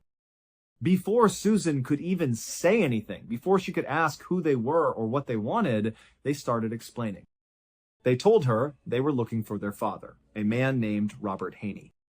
They said that at one point he had told them he was working on Susan's farm. The deal was he'd do odd jobs in exchange for a little cash, and Susan was also letting him park his camper on her property so he had a place to live. The kids explained that their father always checked in with them at least once every couple of months. But a very long time had passed, and they hadn't heard a single word from him. Since he didn't own a cell phone and didn't have a permanent address, they had no other way of getting in touch with him. So, they had decided to come out looking for him themselves just to make sure he was okay. They asked Susan, "Do you remember our dad, Robert? And if you do you have any idea where he might be?" The whole situation was surprising for Susan. Just having visitors was jarring enough. But when she heard them say their dad's name, Robert Haney, she knew exactly who they were talking about. Susan told them that yes, she remembered their father. She had hired him the previous spring to help her build a new structure on the farm. She explained that at first, Robert was great to have around. He was a hard worker, he mostly kept to himself, and he had a really friendly dog that she liked. But then, she told them, in August of the previous year, about 5 months into his employment, Robert completely changed. He started drinking very heavily. He wasn't really working much anymore. He would spend most of the day just ranting and raving outside of his camper. He was obsessed with getting revenge on someone. Susan eventually learned what he was so upset about. Apparently, one of his children had been assaulted, and Robert was overwhelmed with guilt for not being there to protect his child. His way of coping with that guilt was by drinking and talking constantly about getting even with the person responsible. Susan told the kids that while she understood why their father was so upset, his behavior had become incredibly disruptive. The one thing she valued above all else was peace and quiet on her farm, and Robert was destroying that. She decided she had to confront him about his behavior and tell him that if he couldn't calm down, she would have to let him go. But, as Susan explained, she never got the chance to have that conversation. Because one day, Robert just walked right up to her shack. He handed her an envelope full of cash and asked her if she would mind looking after his dog for a while. Susan was so taken aback by this sudden change in his demeanor and this strange request that she just took the envelope and said, "Okay, I'll look after your dog." Robert nodded, said thank you, and then turned and walked away. A few moments later, as Susan stood there holding the envelope, she saw Robert climbing into a white car that had just pulled up at the end of her driveway. She didn't recognize the car and had no idea who was driving it. Then the car turned around and drove off down the road, out of sight. Susan told the kids that this had happened back in September, about 4 months ago. Since that day, she hadn't seen or heard from him at all, even though she still had his dog. She also told them that a lot of Robert's belongings were still inside his camper. Susan then led the kids over to the part of her property where Robert's camper was parked. When they stepped inside, they saw that she was right. All of their father's things were scattered around, just as if he had only stepped out for a moment. But one item immediately caught their attention: their father's tool belt. They knew their dad was a traveling handyman. That tool belt was essential to how he made a living. So it raised a very serious question. Why would he leave his most important possession behind if he knew he was going to be gone for months? It just didn't make any sense. After looking through the camper, the kids thanked Susan for her time and asked her to please get in touch if she heard anything at all about their dad. She promised she would. Then the three of them got back in their car. But instead of heading home, they began driving south towards the Jackson County Sheriff's Office. When they arrived, they went inside and asked to file a missing person report for their father. They quickly learned, however, that finding him was going to be extremely difficult. Their dad lived a transient lifestyle with no cell phone, no permanent address, nothing that could be easily traced. But the investigators did agree with Robert's children that his disappearance was very concerning. The last known information about him was that he was drinking heavily and talking about getting revenge on his child's attacker. The sheriff and his deputies were worried that Robert might have actually done it. He could have gone out and seriously hurt or even killed someone and was now in hiding to avoid being caught. So they asked Robert's kids to think hard. Was there anything at all, any little detail that could possibly help them track him down? After a moment, one of the kids had an idea.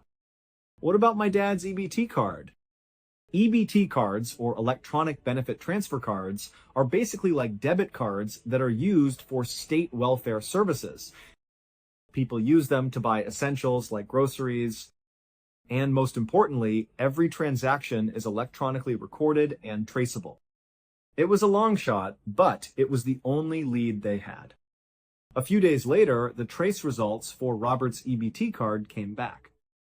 The investigators saw that the card had been used just 1 month earlier at a Walmart located about a 30-minute drive southwest of Susan's farm. Now, this trace didn't tell them where Robert was at that exact moment or what condition he was in, but it was something. With no other leads to go on, they decided their next move was to go to that Walmart and see what they could find out. When they got there, the investigators were led into a back room where they could review the security camera footage from the previous month, from the day the EBT card was used. They settled in for a long session, carefully watching hours and hours of footage, looking for any sign of Robert Haney, but they never saw him. Not once. They did, however, see someone they recognized. In a moment that changed everything, they saw Susan Monica on camera. And unbelievably, she was the one using Robert Haney's EBT card. This was obviously incredibly suspicious. Right away, the investigators left the Walmart, drove back to their office, and immediately began the process of getting a search warrant for Susan Monica's farm. A few days later, on January 10th, the sheriff and a team of deputies arrived at the property. As their vehicles pulled up the long driveway, Susan came out of her shack to greet them. When she asked what was going on, they told her they were there to search her property in connection with Robert Haney's disappearance. Before Susan could ask any more questions, the sheriff held up a hand and said, "Hold on. Let's go back inside. I need to talk to you privately." Susan, who looked very shocked by all of this, simply nodded and said, "Okay." She turned around and led the sheriff into her house while the other deputies fanned out across the 20 acres to begin the search. Once they were inside Susan's house, they sat down at her kitchen table. The sheriff got straight to the point. He looked at Susan and said, "Okay, I have you on camera using Robert's EBT card. I know you stole it. You need to tell me where Robert is right now, or this is going to get a whole lot worse for you." As soon as he said this, the look of shock on Susan's face melted away and was replaced with a look of something like relief. It was as if she suddenly understood what this was all about. She looked at the sheriff and said, No, I didn't steal his card." She then repeated the story she'd told Robert's kids. She said he gave her the EBT card along with an envelope full of cash right before he left 4 months ago. He told her to use the money and the card to buy food for his dog, which she was still looking after. She explained that she had used up all the cash he had given her, so she had recently started using the EBT card just as he had instructed. Susan also added a crucial detail. She pointed out that if she had just stolen the card, she wouldn't have been able to use it because it requires a PIN. She told the sheriff that Robert had given her the PIN number, and that's how she was able to make purchases. The sheriff wasn't entirely convinced by her story. He continued to press her, asking more questions, trying to find a hole in her explanation of how she got the card. But Susan was firm. She stuck to her story that Robert had given her the card, and that was that. After several more minutes of questioning, the sheriff started to realize that Susan was probably telling the truth. Her story was consistent, and it made a certain kind of sense. This meant that the EBT card, which had been their only solid lead, was likely a dead end. It seemed the search of the property was going to turn up nothing. But just as the sheriff was getting up from the table, ready to call off the search and leave, one of his deputies from outside came running into the kitchen. Without saying a word to Susan, the deputy leaned down and whispered something urgently into the sheriff's ear. As the sheriff listened, his face twisted into an expression of disbelief and disgust. After the deputy straightened up and left the kitchen, the sheriff took a deep breath. He turned and looked at Susan with a completely different expression. And he said, "Ma'am, you're going to have to come with us." Back at the station, a now very confused and flustered Susan was led into a small, bare interrogation room. She sat down, looking around anxiously, clearly wondering what was happening.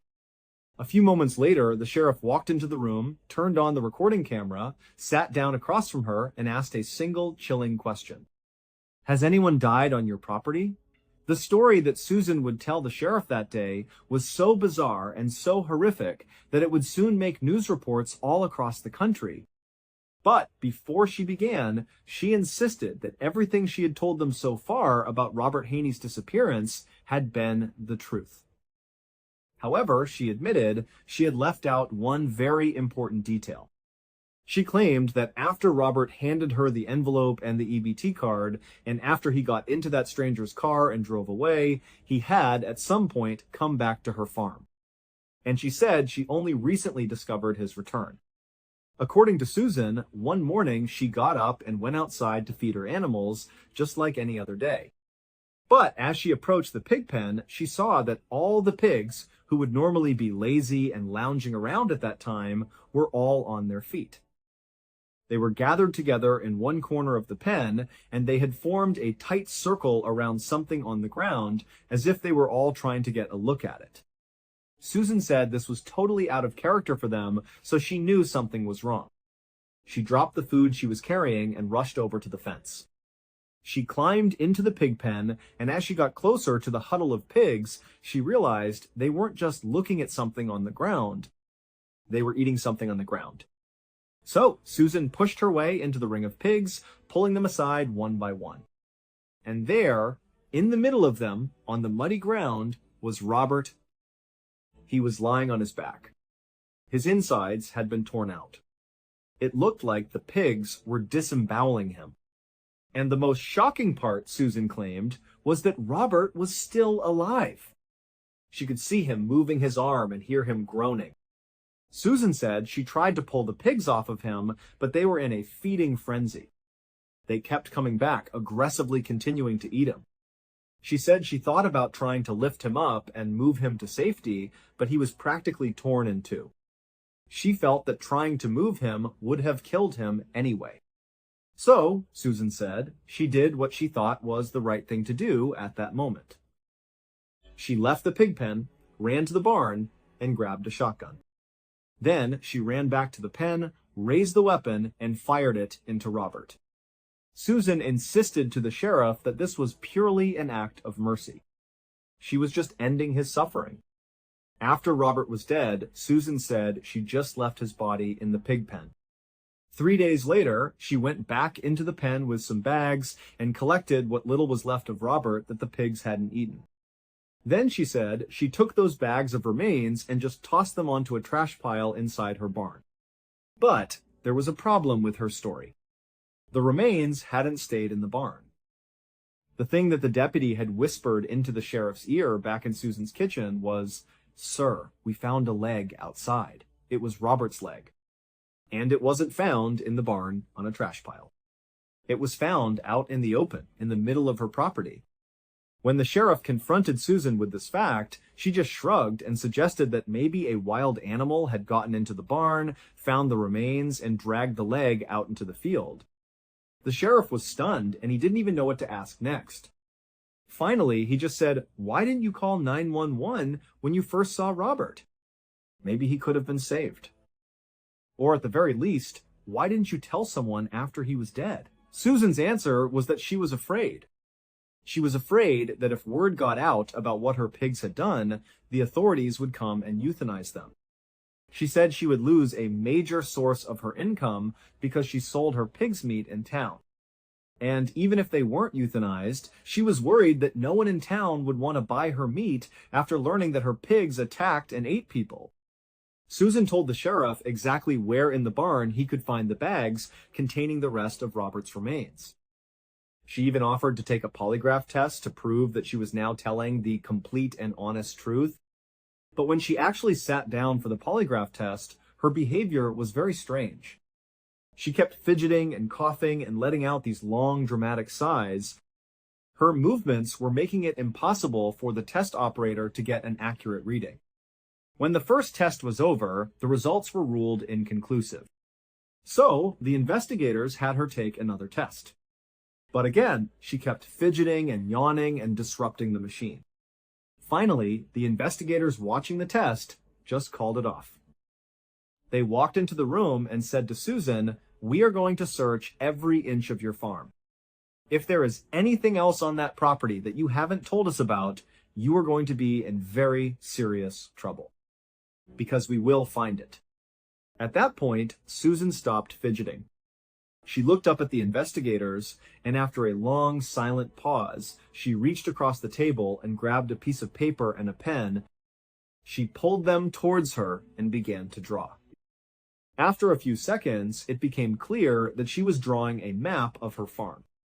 When she finished the drawing, she made a big X in the middle of it. Then she slid the map back across the table to the investigators. She looked at them and said, "If you go to that X, you'll find Stephen." The investigators were confused. "Who's Stephen?" they asked. "We're talking about Robert." It turned out that Robert Haney was not the only farmhand to have died on Susan Monica's property.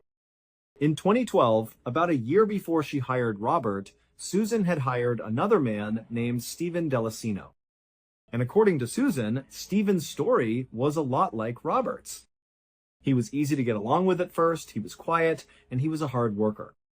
But at some point, Susan said, they had a major falling out. She told investigators she started to suspect that Stephen was stealing guns from her barn. So she went to confront him about it. During this confrontation, they got into a huge fight. Susan claimed she didn't remember all the details of what happened next, but she said that at some point during the fight, a gun went off. Stephen fell to the ground in the middle of the pig pen, bleeding from his head. And then, just like with Robert, all of Susan's pigs suddenly swarmed him and began to eat him. The stunned investigators asked her the same question again. "If that's really what happened, why didn't you call 911? If it was an accident?" And Susan gave them the exact same answer. She said her biggest fear was that her pigs would be euthanized, or that word would get out that her pigs ate people and no one in town would ever buy her pork again. In the end, as wild and unbelievable as Susan's stories were about what happened to Robert Haney and Stephen Delacino, there was no physical evidence that directly contradicted her claims. And so, when Susan went on trial for murdering both men, the case came down to a simple question. Did the jury believe her? And they did not. Not for a second. The jury believed that Susan was lying about everything. They concluded that, in reality, Susan, who was known to have a very quick and volatile temper, shot Stephen and shot Robert deliberately. They believed it was cold-blooded murder. And then she threw their bodies into her pig pen as a gruesome way to dispose of the evidence. We can only hope that both men were already dead before her pigs began to eat them. On the 21st of April 2015, more than a year after Robert's children had first reported him missing, Susan Monica was convicted of 2 counts of murder, one for Robert and one for Stephen. She was also convicted on 2 counts of abusing a corpse. She was sentenced to a minimum of 50 years in prison. While she was in custody, Susan was overheard at one point claiming that there were 17 other bodies buried on her property.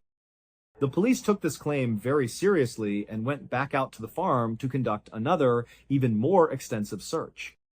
But they never found any other human remains. We may never know if that was just one final cruel lie from a convicted killer, or if there are more secrets still buried on that isolated farm in Oregon. Long after Susan Monica was sentenced to prison, investigators still wondered whether the full truth about that farm had ever really come to light. Maybe it never will. Let me know your thoughts on today's case in the comments below. Until next time. Some stories do not begin with violence. They start with silence. With a moment so ordinary that it was almost nothing to worry about, until you realize what that silence really means. Tonight we will watch 3 true stories where reality slowly unravels in ways that are almost inexplicable. Each story begins in a familiar world and then gradually drifts away from it, step by step, until what remains feels completely unrecognizable. And in each case, there are films and recordings that have truly turned these events into things that people will never forget. Our first story begins in Ukraine with a little girl named Oksana Malaya. She was born on November 4th, 1983. Her early life was not an easy one. Her parents were extremely poor, and they both struggled with severe alcoholism. Their home was a place of neglect, not a place of warmth and safety. And in the winter of 1986, this neglect would change Oksana's life forever. She was only 3 years old at the time. One freezing night, her parents, lost in a drunken haze, completely forgot about their daughter. They left her outside in the bitter cold of a Ukrainian winter and locked the door. A 3-year-old child, alone in the freezing darkness, has very few options. All she knew was that she was cold, and she needed to find warmth to survive. Instinct took over. She crawled towards the only source of warmth she could find, which was the family's dog kennel in the yard. Inside, a number of dogs were huddled together, sleeping.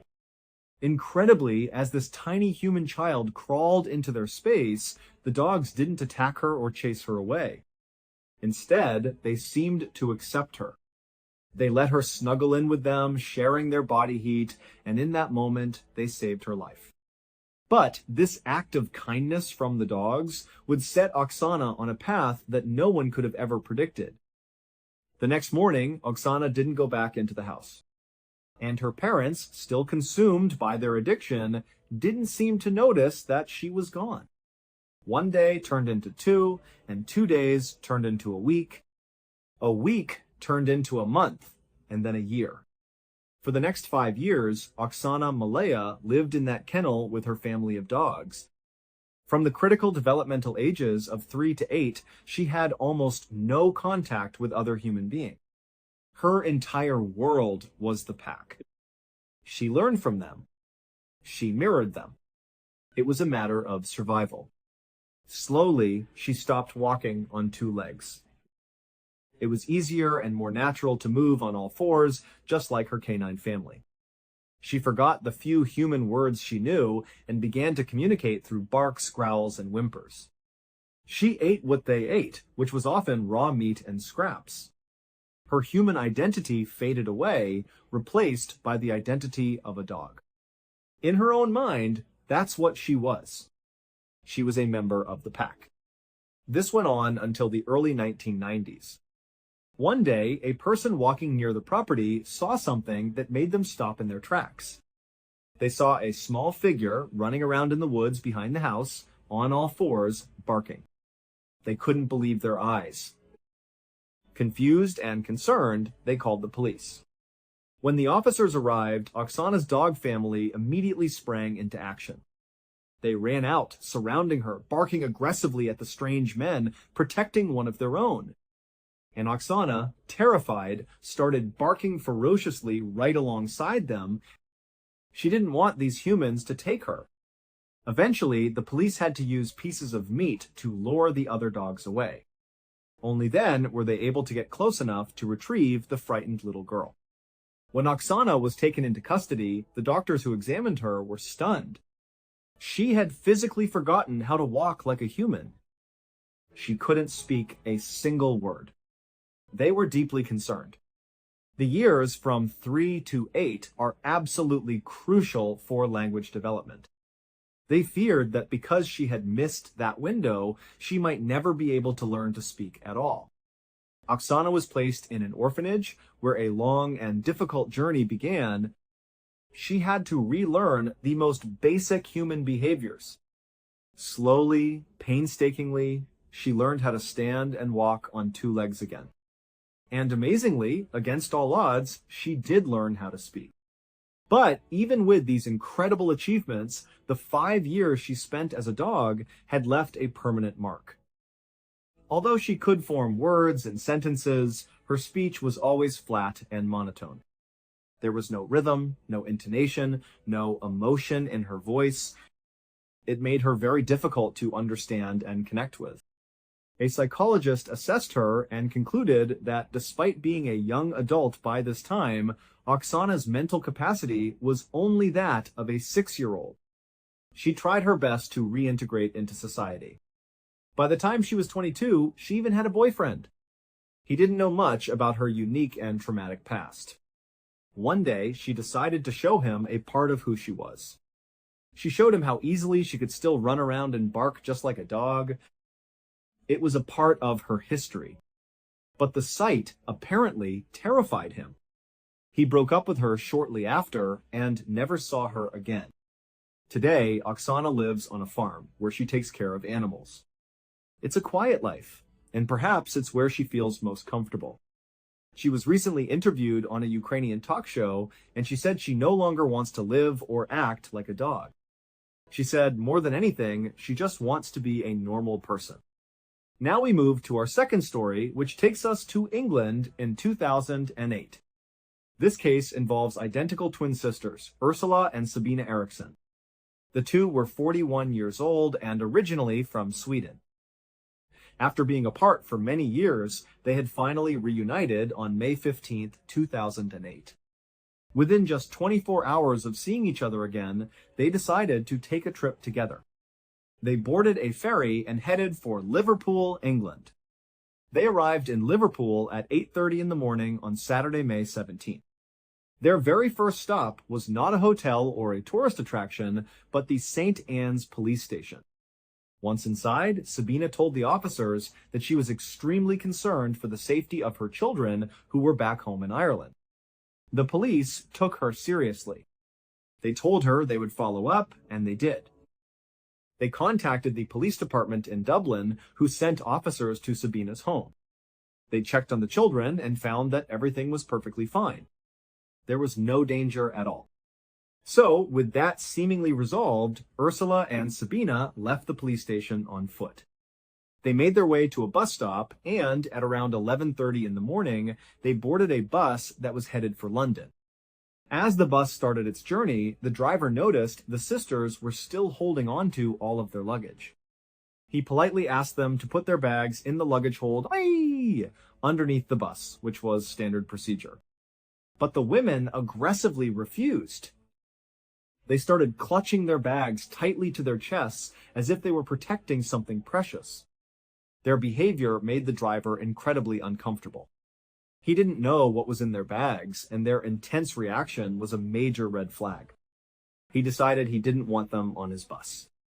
He pulled over at the next service station just outside the city and told the two sisters they had to get off. After they got off the bus, the driver called the police. He told them there was something very strange going on with these two women and that they might want to come and check them out. As it happened, a police officer was already at that service station. He walked over to the sisters and started talking to them. After a brief conversation, the officer decided they weren't a threat to anyone. He figured it was all just a misunderstanding, so he let them go. The officer left, and the bus was long gone. So Ursula and Sabina, now stranded at a service station, started walking. But they didn't walk along the local roads. They started walking down the median of the M6, one of the busiest motorways in the country. A short time later, a highway security camera captured what happened next. The footage shows the two women walking down the central reservation with cars and trucks speeding past them on both sides. At one point, they try to run across the active lanes of traffic. It's clear from the video that it's an impossible and incredibly dangerous thing to do. And sure enough, Sabina gets hit by a car. Thankfully, she was only grazed by the vehicle, so she wasn't seriously injured. She and her sister went back to the median. But several motorists had seen what happened and had called the police. By sheer coincidence, the patrol car that responded to the call was being followed by a film crew. They were shooting for a British television show called Traffic Cops. So when the police arrived on the scene, the cameras were rolling, capturing every moment. The officers managed to get the sisters off the median and over to the relative safety of the shoulder. They started talking to them, trying to understand what was going on. On camera, everything seems to de-escalate. The women appear calm. It looks like they were just two people who were stranded and making some very poor decisions. Then, without any warning, everything changed. Ursula suddenly turned away from the officers and made a dead sprint back into traffic. Cars were whizzing by at high speed. One of the officers lunged and managed to grab the sleeve of her jacket, but she wriggled out of it. She launched herself directly into the path of a massive truck that was traveling at nearly 60 miles an hour. The impact was horrific, and she was thrown down the road. Everyone stood there in shock. And then, just a second later, Sabina started screaming. She yelled, "They're going to steal your organs!" And then she too leaped into traffic. She was immediately hit by another car. The police ran into the road, stopping all traffic. They rushed over to Ursula, the first sister who was hit. They could see that her legs were completely shattered, but somehow she was still alive. As for Sabina, she was unconscious. They didn't know if she was going to make it. When the paramedics arrived, things got even stranger. Ursula, despite her catastrophic injuries, started fighting to sit up. The paramedics were trying to keep her still, telling her that her legs were broken and she was lucky to be alive. But she wouldn't listen. She fought them violently, spitting at the paramedics and the police, and screaming obscenities as if they were the ones trying to hurt her. At the same time, Sabina regained consciousness. The police and paramedics were trying to keep her lying on the ground, but she began fighting her way up. She pushed the officers off of her, managed to get to her feet, and squared off with one of the female police officers. Then she punched the officer directly in the face before turning and running down the motorway. Several officers had to chase after her. They finally surrounded her as she stood with her fists up, ready to fight them all. They had to tackle her to the ground and put her in handcuffs just to stop her from hurting herself or anyone else. Both sisters were taken to the hospital. And as soon as they got there, they both appeared to be acting completely normal again, as if nothing had happened. Ursula was admitted due to her broken legs. She remained calm and cooperative throughout her recovery and was eventually released. No charges were ever pressed against her. Sabina was checked out by doctors, and miraculously, she had no serious injuries. She was released from the hospital and taken to the police station, where she was charged for assaulting the police officer. The very next day, Sabina pleaded guilty to the charges. She was sentenced to just 1 day in custody, which she had already served while waiting for her court appearance. So, she was released. She walked out of the police station a free woman. Later that night, she was walking down a street when she saw two men walking towards her. Their names were Glenn Hollinshead and his friend Peter. She stopped them and asked if they knew of any good bed and breakfasts nearby. Glenn told her that, as a matter of fact, he owned one and she was welcome to stay at his place. Initially, Sabina seemed hesitant, maybe like she thought it was a trap. But she eventually agreed, and the three of them went back to Glenn's house. Once they were inside, Glenn and Peter noticed that Sabina was acting very paranoid. She was constantly looking out of all the windows as if she was expecting someone to come for her. At one point, she offered both men a cigarette. They accepted, but just as she was about to light them, she suddenly snatched the cigarettes out of their mouths. She said, "These might be poisoned," and threw them in the trash. Just before midnight, Peter left, and Glenn and Sabina went to their separate rooms to sleep. The next day, Glenn got up to make some tea and food for Sabina. He realized he was out of tea bags, so he stepped outside and called over to his neighbor, Frank. He asked if he could borrow a few. Frank gave him the tea bags, and Glenn went back inside. About a minute later, Frank saw Glenn stagger back out of his house. He was clutching his stomach and screaming, "She stabbed me!" Frank said his neighbor's last words were, "Frank, take care of my dog," and then he collapsed and died. Frank immediately called the police. Sabina fled from the house and started running. She made her way to a nearby highway and was seen running along the side of the road. A motorist named Josh saw her, and he noticed she was holding a hammer. As she ran, she was repeatedly hitting herself in the head with it. Josh drove past her, pulled over, and got out of his car to try to intercept her. But as she ran towards him, she pulled a roof tile out of her pocket and threw it, hitting Josh in the head. She ran right past him and made it to a bridge that overlooked another road below. Without hesitating, she leaped off. It was a 40-foot drop. When she hit the ground, she broke both of her ankles and fractured her skull. But again, she survived.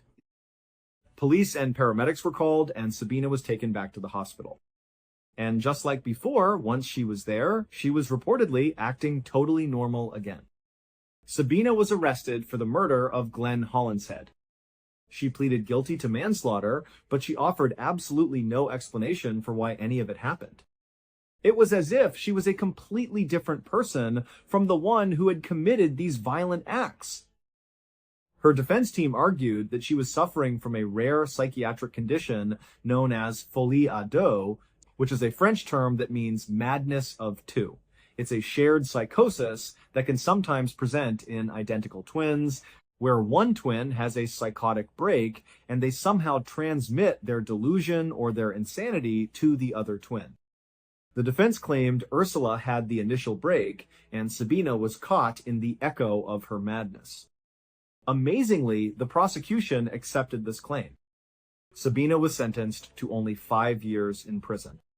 She served her sentence, was released in 2011, and to this day, she is a free woman. Our final story tonight is about a young woman named Lauren Giddings. In June of 2011, Lauren was a law student on the verge of achieving her dream. She was just one final exam away from graduating and becoming a public defender. She was smart, dedicated, and well-liked by everyone who knew her. Despite the intense pressure of her upcoming exam, she had taken the first week of June off to go to her sister's wedding, where she was the maid of honor. Right before she left the wedding to head back to school, she joked with her family. She told them she was going to be locking herself in the library, studying 24/7, and that they shouldn't bother trying to get in touch with her. When she got back to her apartment complex near campus, however, things didn't go as planned. Her classmates, the ones she usually studied with, didn't see her at the library. In fact, no one saw her at all.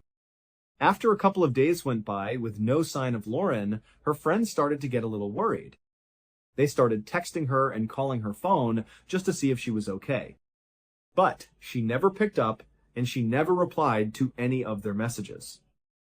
One of Lauren's classmates eventually reached out to Lauren's sister.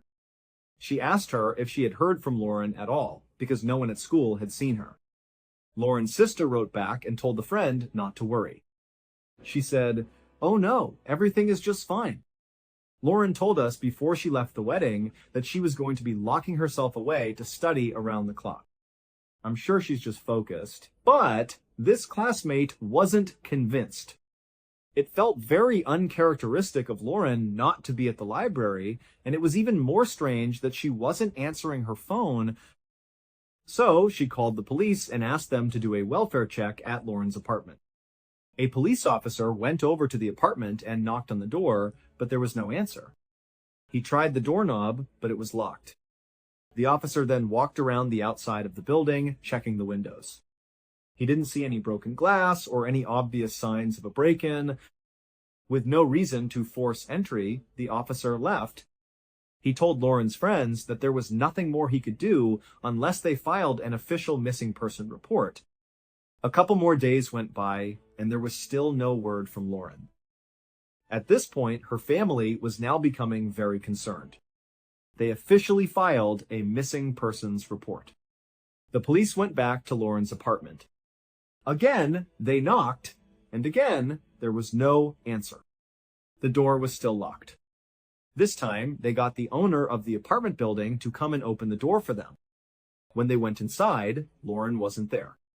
At first glance, the apartment looked normal.